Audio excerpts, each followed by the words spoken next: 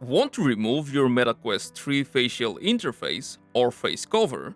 To take this off, you don't actually need to take off the head straps that everyone suggests. So let's begin from the top. You just need to hold it firmly like this, make sure to hold just the top part, and then you'll need to pull on it firmly. So don't be afraid. But in case it turns out to be very difficult, then you can just flip it over, and the bottom should be easier to take off. Just hold and pull. Let's undo the other side. And there you go. Now you can just pull it apart, and the face shield has come off. Now you can apply any other type of face covers like the silicone face shield.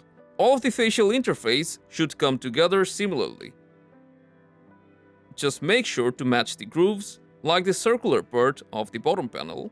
And if you're having trouble aligning it, you can try the top part, which is easier to assemble.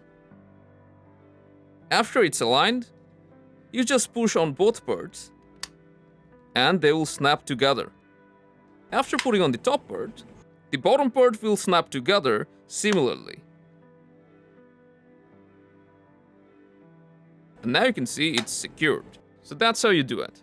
Hope this helped, and I'll see you in the next one.